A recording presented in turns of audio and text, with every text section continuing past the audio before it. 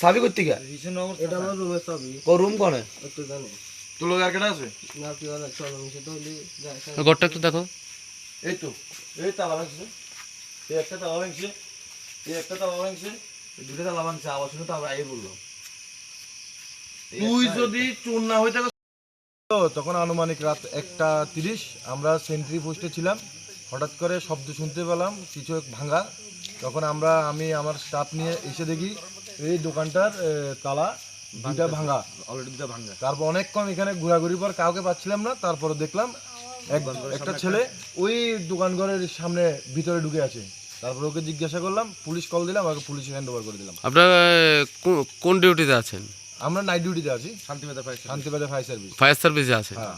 আপনাদের অফিসের সামনেই ঘটনা? হ্যাঁ, আমাদের অফিসের সামনে ঘটনা। এই তো কত নাহলে 50 হবে। এখানে তালা ভাঙছে, আমরা ওইখান থেকে শব্দ পেলাম, তারপর এসে দেখি এই ঘটনা।